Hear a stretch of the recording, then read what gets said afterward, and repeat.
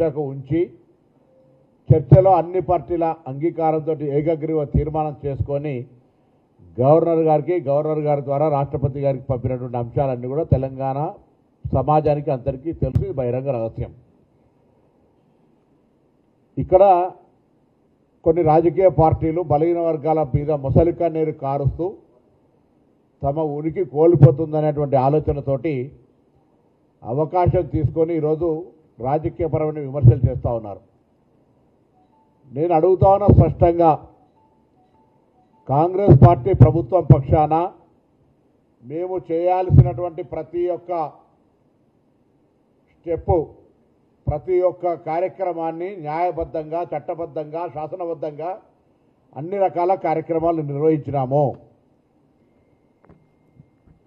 తెలంగాణ రాష్ట్రంతో పాటుగా మహారాష్ట్ర కానీ ఇంకా మిగతా కొన్ని రాష్ట్రాల్లో, బీహార్, కర్ణాటక ఇతర రాష్ట్రాల్లో కూడా రిజర్వేషన్లకు సంబంధించిన అంశం వచ్చినప్పుడల్లా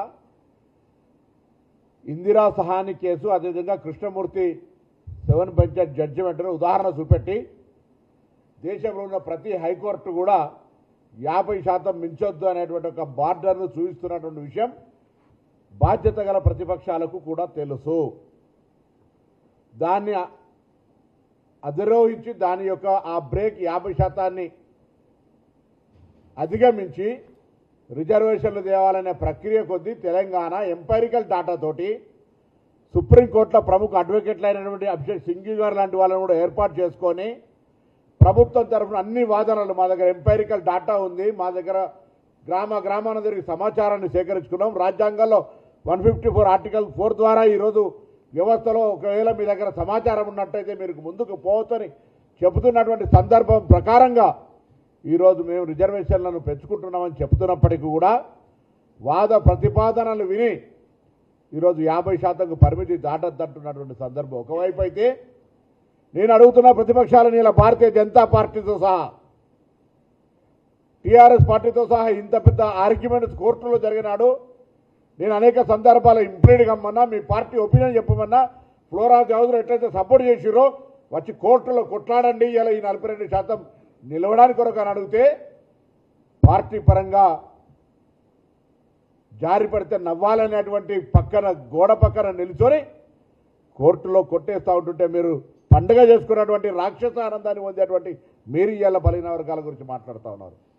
మేము అడుగుతున్న తెలంగాణ ప్రజాపాలన కాంగ్రెస్ ప్రభుత్వం బలహీన వర్గాలకు 42% ఇవ్వడానికి చేయని ప్రయత్నం ఏదైనా ఉంటే ఇవాళ కూడా ఛాలెంజ్ చేస్తా ఉన్నాం, మాకు చూపెట్టని మేము చేయడానికి సిద్ధంగా ఉన్నాం. కానీ రాజకీయ విమర్శలకు మాత్రమే పరిమితమై కోర్టు తీర్పులు 50% అధిగమించద్దని చెప్తున్నటువంటి సందర్భాన్ని దృష్టిలో పెట్టుకొని కూడా ఇవాళ వ్యవహారం నడుస్తూ ఉంటుంటే తప్పనిసరి పరిస్థితులలో ప్రభుత్వానికి సంబంధించి స్థానిక సంస్థలు 3 రకాలు, అవన్నీ కూడా పక్కన పెట్టి గ్రామ పంచాయతీలు పార్టీల పరంగా జరిగిన ఎన్నికలు, గ్రామ పంచాయతీ వ్యవస్థ ఉంటే ఇలా గ్రామ పంచాయతీల వ్యవస్థ లేకపోవడం కారణంగా ఇలా మాట్లాడుతున్న బీజేపీ టీఆర్ఎస్లు రండి, కేంద్ర ప్రభుత్వం నుంచి 2800 కోట్ల రూపాయలు రావాలి, వాటి కొరకు నిధులు ఇప్పించాడు ఒక ప్రయత్నం జరిగేటువంటి విధంగా జరగాలి. కానీ అది జరగకుండా ఎంతసేపు కాంగ్రెస్ పార్టీని బ్లేమ్ చేసే ప్రయత్నం చేస్తూ ఉన్నారు. ఒకవైపు నిధులు లేవు, ఎన్నికలను దాదాపు 2 సంవత్సరాలు వాయిదా వేసుకుంటూ వస్తూ ఉన్నాం. కింద క్షేత్రస్థాయిలో ప్రజా సమస్యలు ఉన్నాయి. అందుకే ఎంపీటీసీ జడ్పీటీసీ ఎన్నికలు 42% తోటి పోవాలి, కోర్టులో ఇంకా వాదనలు నడిపించాలి, ఇంకా చట్టపరంగా, న్యాయపరంగా, శాస్త్రపరంగా శాసనసభ ద్వారా మా యొక్క పోరాటం కొనసాగుతుందని ఆలోచనతో పోతూ స్థానిక సంస్థలకు సంబంధించినటువంటి విషయాల్లో ఎన్నికలకు పోతుంటే సర్పంచ్లకు ఇలా మాట్లాడుతున్నారు. అసలు వీళ్ళకి చరిత్ర తెలుసా? వాళ్ళ పార్టీలో సామాజిక న్యాయం ఇవాళ president, working president, CLP leader ఒకటే కుటుంబం. భారతీయ జనతా పార్టీ సామాజిక న్యాయం మా అభ్యర్థి ముఖ్యమంత్రి బీసీల అభ్యర్థి చెప్పుకుంటారు, ఫ్లోర్ లీడర్ ఎవరున్నారు, పార్టీ అధ్యక్షుడు ఎవరు ఇచ్చారు. ఇంత పెద్ద ఆర్గ్యుమెంట్ జరుగుతుంటే మీకు మాట్లాడే నైతికత హక్కెక్కడిది? మీరు సామాజిక న్యాయం గురించి మాట్లాడేటువంటి పరిస్థితి ఉందా? ఇలా సామాజిక న్యాయానికి కాంగ్రెస్ ఛాంపియన్ ముఖ్యమంత్రి ఒక వర్గం అయితే ప్రదేశ్ కాంగ్రెస్ అధ్యక్షుడు ఒక వర్గం, ఉప ముఖ్యమంత్రి ఇంకొక వర్గం ఆలోచన చేయాల్సిన అవసరం ఉంది. ఇలా జాతీయ స్థాయిలో 27% రిజర్వేషన్, కేంద్ర సంస్థల్లో IIIT అటువంటి అనేకమైన సంస్థల్లో రిజర్వేషన్లు కల్పించిన ఘనత మా నాయకురాలు సోనియా గాంధీ గారు. చరిత్ర మరవకండి. ఆనాడు తెలంగాణ మొత్తం దేశంలో బలైన వర్గాల ఎంపీలను నాయకత్వం వచ్చి హనుమంతరావు గారు మా పార్టీ నాయకత్వం దృష్టికి తీసుకొస్తే కోర్టు వ్యతిరేకించిన అర్జున్ సింగ్ గారు తదితర ఆనాటి నాయకత్వం ఇవాళ 27% రిజర్వేషన్ ఇచ్చిన అంశాన్ని మరవద్దనే మాట చెప్తా ఉన్నాం. కేంద్రంలో బీసీ పార్లమెంటరీ కమిటీ ఏర్పాటు చేసిందని బీసీ పార్లమెంటరీ కమిటీ మెంబర్గా పనిచేసినాం. ఇవాళ నేను అడుగుతా ఉన్న బలహీన వర్గాల కొరకు బీఆర్ఎస్ పార్టీ బీజేపీ పార్టీ చేసిందేందో చెప్పండి. ఇంతకంటే 42% అమలు జరగడానికి గల అవకాశాలు ఏమున్నా చెప్పమని కోరుతా ఉన్నా. మేము వినడానికి సిద్ధంగా ఉన్నాం. నేను మా ప్రభుత్వాన్ని ఒప్పించే బాధ్యత మాది. బలహీన వర్గాల మంత్రులుగా నాది, కొండా సురేఖక్క గారు, వాకిటి శ్రీగారి గారితో పాటుగా మా పార్టీ మా ప్రభుత్వాన్ని ఒప్పించి మెప్పించి తీసుకుపోగలుగుతాం. మార్గం చూపెట్టండి. మేము ప్రభుత్వంలో ఉన్నాం. అన్ని మార్గాలను చట్టం ద్వారా, శాసనం ద్వారా, శాసనసభల ద్వారా, ప్రజాస్వామిక వేదికల ద్వారా, ప్రజల యొక్క లెక్కల ద్వారా అన్ని రకాల మా ప్రయత్నాన్ని కొనసాగించడము. అధికారం కేంద్రంలో ఉంది. ఈడబ్ల్యూఎస్ తెచ్చినాడు కోర్టు అడ్డం వల్లే. ఈడబ్ల్యూఎస్ తెచ్చినాడు పార్లమెంటు ఆమోదం జరిగింది. ఇవాళ ఈ అంశం వచ్చేటప్పటికు నాకైతే కనీసం అందాజు కూడా అందుతలేదు. భారతీయ జనతా పార్టీ అఖిల భారత బీసీసీఎల్ అధ్యక్షుడు లక్ష్మణ్ గారు ముసలి కన్నీరు గారుతో ఉన్నారు. మీకు నిజంగా చిత్తశుద్ధి, మీ డిఎన్ఏల బీజేపీ రక్తమైతే తెలంగాణ నుంచి వచ్చిన బిల్లులను ఆ షెడ్యూల్ 9లో కానీ లేదా పార్లమెంటు ద్వారా 50% ఓవర్ కావడానికి అధిగమించడానికి అనుమతించే విధంగా చూడండి. రాష్ట్రపతి గారితో ఆమోదింపజేయించండి. అది చేత కాదు. బండి సంజయ్ గారు, అరవింద్ కుమార్ గారు, ఈటల రాజేందర్ గారు, కృష్ణయ్య గారు కూడా మాట్లాడుతున్నారు. For BC, yes you're for BC. మీరైతే చట్టసభలో కూడా అడుగుతూ ఉన్నారు. అటువంటి సందర్భంలో తెలంగాణ ప్రజాపాలన ప్రభుత్వం 42% కొరకు తీసుకున్నటువంటి అంశం మీద మీ ప్రయత్నాన్ని చేసే ప్రయత్నం చేయండి. అవన్నీ ఏం చేయకుండా ఊరికేనే బట్టగాల్చి మీద వారేసి చేస్తే దయచేసి ప్రజలు కూడా ఆలోచన చేయాలి. ఇది గ్రామ పంచాయతీ ఎన్నికలు. ఇది గ్రామ పంచాయతీ ఎన్నికల్లో వ్యక్తి ఆధారితంగా ఎన్నికలు జరుగుతాయి. వాస్తవంగా ఇళ్ళకి గెలిచి పార్టీల పరంగా సంబంధించినటువంటి అంశం ప్రస్తావించడం రాదు. వాళ్ళు సానుభూతి పరులు ఉంటారు. తప్పకుండా గతంలో ఉన్న లెక్కలు తీసుకుంటే కూడా 50% పైనే బలహీన వర్గాలు గెలిచారు. ఈసారి ఇంకా ఇంత పెద్ద ఉద్యతమైనటువంటి ఉధృతం ఉంది కాబట్టి ఇంకా ఎక్కువ శాతం రావాలని కోరుకుంటా ఉన్నాం. ప్రజలు ఆ విధంగా ఐక్యంగా బలహీన వర్గాల ప్రజలను గెలిపించుకునేటువంటి ప్రయత్నం జరగాలని కోరుకుంటాం. కానీ రాజకీయంగా ఇలా టికెట్లు లేవు, ఇవన్నీ ఏమి ఉండదు. కానీ భవిష్యత్తులో జరిగేటువంటి దానికి సంబంధించి ఇంకా చట్టపరంగా శాసనసభ ప్రకారంగా చేయాల్సిన అంశాలకు సంబంధించి కేంద్ర ప్రభుత్వం ఒత్తిడి తేవడానికి సంబంధించి అన్ని రకాలుగా కాంగ్రెస్ పార్టీ నాయకత్వం, తెలంగాణ ప్రజాపాలన ప్రభుత్వం కట్టుబడి ఉంది. మేము రిజర్వేషన్ల పక్షపాత పార్టీ మాది. సామాజిక న్యాయానికి ఛాంపియన్ కాంగ్రెస్ పార్టీ. ఎప్పుడైనా ఏదైనా సామాజిక న్యాయం కొద్దో గొప్ప అటు జరిగితే కూడా మాట్లాడి ప్రజాస్వామికంగా అడిగి నిలదీయగలిగేటువంటి వేదిక కాంగ్రెస్లో ఉంది. మీ పార్టీలో ఉందా అని అడుగుతా ఉన్నా. ముఖ్యంగా Bharatiya Janata party feudalistic mind set ఉన్న పార్టీగా బండి సంజయ్ బీజేపీ అధ్యక్షులు తొలగించినారు. ముఖ్యమంత్రి బీసీ అభ్యర్థి పెట్టి ఫ్లోర్ లీడర్ని చేసినారు. పార్టీ అధ్యక్షులు ఇంత పెద్ద ఇష్యూలు జరిగేటప్పుడు కూడా ఒక బలహీన వర్గాల వ్యతిరేకి మండల కమిషన్లో నవ సంఘర్షణ సమితి పేరు మీద రిజర్వేషన్లు వ్యతిరేకించినటువంటి వ్యక్తిని ఇలా అధ్యక్షుని చేసినారు. ఆనాడు సంగ్రామ పరిషత్ మూవ్మెంట్ జరుగుతుంటే ఇలా మీరు మాట్లాడితే ఎట్లా? బీఆర్ఎస్ పార్టీ సర్వేలో కూడా పాల్గొనలే. President, working president, CLP leader వాళ్ళు సామాజిక న్యాయం గురించి మాట్లాడితే ఎట్లా? అందుకే ప్రజలకు, ముఖ్యంగా బలహీన వర్గాల నాయకత్వానికి కాంగ్రెస్ పార్టీ సామాజిక న్యాయానికి ఛాంపియన్. బలహీన వర్గాలకు సంబంధించిన అంశాల మీద కట్టుబడి ఉన్నాం. అదే సమయంలో మా పార్టీ నాయకత్వాన్ని కూడా మేము కోరుతా ఉన్నాం. స్థానిక సంస్థల ఎన్నికల్లో 42% కాక ప్రతిపక్షాలు లేవనెత్తుతున్న అంశాలు మా పార్టీలో తొందరగా నిర్ణయం తీసుకోమని మేము కూడా అడుగుతా ఉన్నాం. అది సప్లైని కావచ్చు, లేకపోతే ఇతరత్ర ఉద్యోగ, విద్య, ఇతరత్ర అనేక అంశాల్లో కామారెడ్డి డిక్లరేషన్ ప్రకారంగా మేము కూడా మా పార్టీలో బరాబర్ గొంతెత్తి మా అమలు జరగాలని కోరుతాం. కోరేటువంటి హక్కు, స్వేచ్ఛ మా దగ్గర ఉంది. మీ దగ్గర ఉందా అని అడుగుతా ఉన్నాం. ఇలా కాంగ్రెస్ పార్టీ సోషల్ జస్టిస్కు ఛాంపియన్ అని మనం చెప్తా ఉన్నాం. ఈ దేశంలో ఏకైక మగాడు రాహుల్ గాంధీ 50% క్యాప్ ఎత్తాలనే మాట మాట్లాడుతూ ఉన్నాడు. రాజ్యాంగాన్ని మారుస్తామని చెప్తా ఉన్నాడు. అటువంటిప్పుడు ప్రజలు ఆలోచన చేయమని చెప్పి మేము వాస్తవంగా రాష్ట్రంలో ఎన్నికలు పెట్టినాడు. కేంద్ర రాష్ట్రాల అధికారంలోకి వస్తాయనుకున్నాం, రాలే. రాకపోయినా రాష్ట్రంలో మా ప్రయత్నం చేస్తా ఉన్నాం. ఇవాళ మా ప్రభుత్వం ఉంటే 1 గంట పనిది.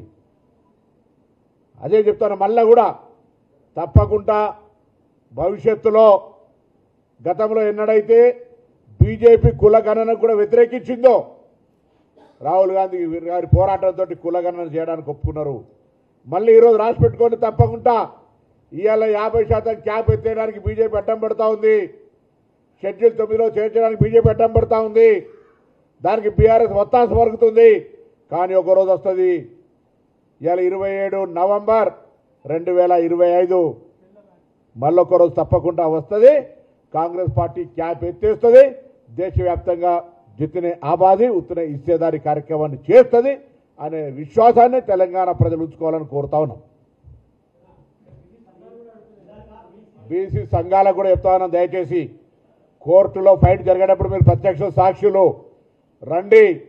కోర్టులో ఇంతకంటే మార్గం న్యాయపరంగా చట్టపరంగా 50% హర్డీలు తెలిసి కూడా మీరు రాజకీయ పార్టీల పరంగా ఆరోపణ చేస్తారు. మేము రెడీ అక్రాంతి టేబుల్ కూర్చొని మీరు చెప్పే సలహా సూచన చేయడానికి సిద్ధంగా ఉన్నాం. 2 సంవత్సరాలు ఎన్నికల వాయిదా వేసిన బీసీ సంఘాలకు తెలుసు. అనేక సందర్భాల్లో పిలిచి మేము సమావేశం పెట్టిన సంగతి తెలుసు. We're not against for 42%, we're for 42%. వాళ్ళ పార్టీలలో స్టాండ్ ఏందో తెలుసుకోవాలి. బీజేపీ బీఆర్ఎస్ వాళ్ళు వాళ్ళని అడగండి. వాళ్ళ బిల్లులు ఆపుతున్నారు. వాళ్ళ మీద మీ యుద్ధం ఉండాలి. ఇలా బలహీన వర్గాల ద్రోహులు BJP BRS party.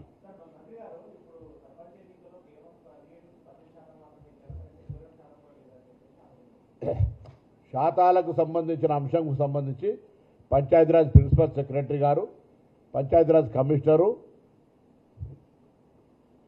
Dedication commission వాళ్ళు రిప్లై ఇస్తారు అధికారికంగా. అంత డెప్త్ లెక్కలకు సంబంధించి వాళ్ళు ఏ విధంగా ఎక్కడ ఎందుకు ఎట్లా జరుగుతుందో బరాబర్ చెప్తారు ప్రభుత్వం తరఫున వివరణ. ఇక్కడ రాజకీయపరమైన అంశాలకు సంబంధించిన అంశం వస్తూ ఉంది. రాజకీయ పరాలకు సంబంధించి మా పార్టీ మా ప్రభుత్వం జరుగుతున్నటువంటి ప్రక్రియను చెప్తా ఉన్నాం. మేము ఇలా బలహీన వర్గాలు పెద్దలందరూ కూడా, నేను వాళ్ళ ఆకాంక్షలకు వ్యతిరేకం కాదు, మేము ఆ ఆకాంక్షల్లో భాగస్వాములమే. బలహీన వర్గాలకు రిజర్వేషన్ కావాలని వారు కొట్లాడడాన్ని తప్పుపడతలేము. వాళ్ళ రైట్, అది వాళ్ళ ఆర్గనైజేషన్ ఆర్జిన్ అది. కానీ ఎవరు పొరపాటు చేస్తున్నారు, ఎవరు దీనికి అడ్డం పడుతున్నారు, ఎక్కడ సమస్యకు మూల పరిష్కారం ఉంది, తెలంగాణ ప్రభుత్వం తరఫున ఏమైనా లోపం జరిగితే చెప్పండి. తెలంగాణ ప్రభుత్వంకి ఇది మిస్ అయిందో, ఇది చేయకపోవడం వల్ల ఇక్కడ అబ్స్ట్రక్షన్ వచ్చిందని చెప్పండి. 2 సంవత్సరాలు ఎన్నికలు వాయిదా వేసినాము. గ్రామ పంచాయతీలు నిర్వీర్యం అయిపోయినాయి. 800 కోట్లు ఆగిపోయినాయి. ప్రజా వ్యవస్థ నిర్వీర్యం అయిపోతుంది ప్రభుత్వ కార్యక్రమాలకు సంబంధించి. అందుకే మిగతా వ్యవస్థలను ఆపి గ్రామ పంచాయతీ ఎన్నికలకు పోతా ఉన్నాం. పార్టీ పరంగా జరగవి, స్థానిక బలంతో గెలుస్తారు. ఎవడు బలపంతుడు అయితే వాళ్ళు. కాబట్టి ఇటువంటిప్పుడు కూడా కొంత అర్థం చేసుకోవాల్సినటువంటి బాధ్యత బలహీన వర్గాల ఉంది. నాయకత్వం మీద నేను ఆ సంఘాలందరికీ కూడా, మీ సోదరుణ్ణి, మీ బిడ్డను, నేను కానీ, మా పీసీసీ ప్రెసిడెంట్ గారు కానీ, మంత్రి గారు కానీ, శ్రీగారి గారు కానీ, ఇంకా మిగతా నాయకులందరం కూడా మా పార్టీ కాంగ్రెస్ పార్టీ. కానీ మేము తప్పకుండా బలహీన వర్గాల నాయకులం. మా నాయకత్వానికి సంబంధించినటువంటి హక్కు విషయంలో పార్టీల అంతర్గతంగా గట్టిగా మా గొంతు వినిపిస్తాం. ఎవరు ఆందోళన పడే అవసరం లేదు అనే మాట దయచేసి ఆ సహచరులందరూ కూడా విజ్ఞప్తి చేస్తున్నాం.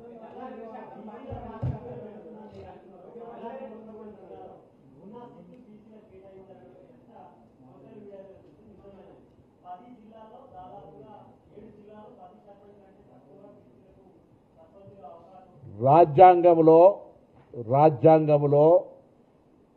ఎస్టీలకు, ఎస్సీలకు జనాభా ప్రాతిపదికన రిజర్వేషన్లు ఇవ్వాలనే అంశం నాతో పాటు, మీతో పాటు బీజేపీ, బీఆర్ఎస్ కూడా తెలిసిందని అనుకుంటున్నా. తెలియకపోతే వాళ్ళు వాళ్ళ పార్టీలో ఉన్న లీగల్ సెల్ వాళ్ళని కొద్దిగా ఎడ్యుకేట్ చేయాలి.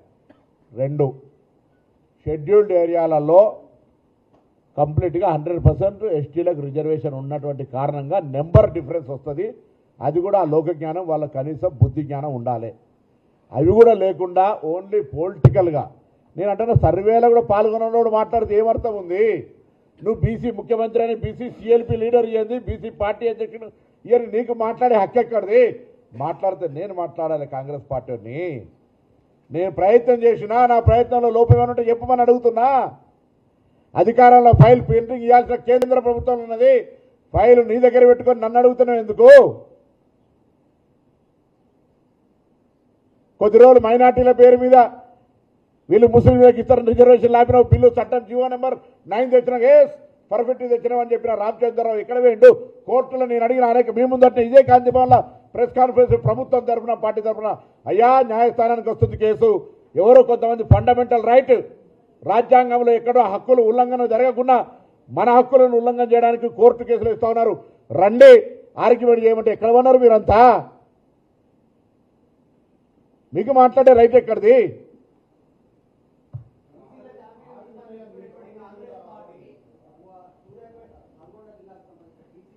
ఇప్పుడు అవన్నీ దిస్ ఇస్ బ్రదర్ డోంట్ డివేట్ అంటున్నా నేను అడిగేది. డోంట్ డివేట్ ఇది ఇష్యూ. దాని తర్వాత ప్రిన్సిపల్ మాట్లాడతారు. అది ఒక 17% 23% సంబంధించిన లెక్క ఇంతకుముందు చెప్పారు. ప్రిన్సిపల్ సెక్రటరీ గారు చెప్తారు. అది రాంగ్ లెక్కలు తీసి బయట పబ్లిక్ పర్సెప్షన్ క్రియేట్ చేస్తే అధికారికంగా అఫీషియల్ రాజముద్రతో చెప్తారు. వాళ్ళు మీకు చెప్తారని చెప్తారు.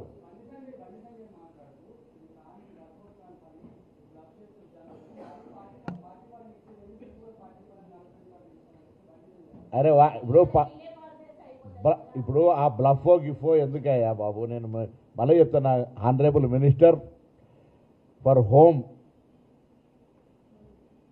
వారు మీ దగ్గర బిల్లు ఉంది మాది, మీరు ఆ బిల్లు పాస్ చేయించండి.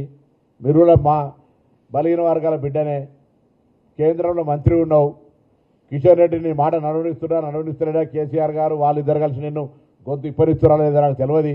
ఈ 42% బీసీలు ఉన్న వాళ్ళు హిందువులే నాయన.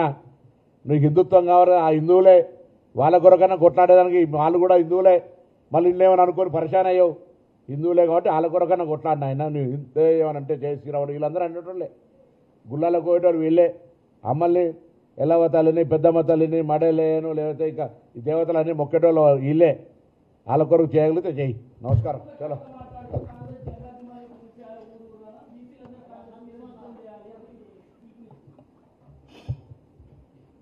ఒక రైతు వ్యవసాయం చేసినాక పంట పండించుకొని బండ్లు ఎక్కించుకొని పోతుంటే ధాన్యాన్ని బండి కింద ఉన్న ఒక జంతువు ఈ పంట అంతా నేనే వండించని విర్రవీగిందట. ఆనాడు మేము రిజర్వేషన్లో ఫస్ట్ ఇచ్చినాడు మాకంటే ప్రెస్ కాన్ఫరెన్స్ చేయకంటే ముందే ఒక పెద్ద ప్రెస్ నోట్ రిలీజ్ చేసి ఇవాళ విఫలమైతే నన్ను తిడతావు, నీకెక్కడ జ్ఞానము?